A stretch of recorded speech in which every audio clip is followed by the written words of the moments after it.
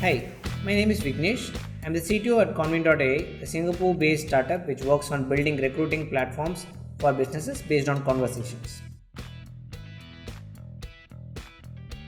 We made our recent hire from Masai, and I should say the experience was a breeze. So we just hired 3 engineers from the Masai team to build our engineering team. I didn't have to do much analysis on the profiles, or I didn't have to browse through hundreds of applications. I was able to quickly get them on board and get them working straight away. Start from sourcing the candidates to hiring them, onboarding them. The experience was really good.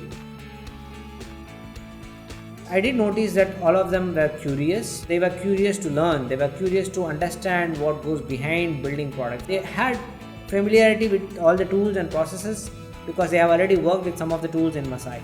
I should say they are really disciplined and hardworking. Personally, that is the trait which I look forward to, self-discipline, because if you have the right self-discipline, you can pretty much shine in any field of your choice.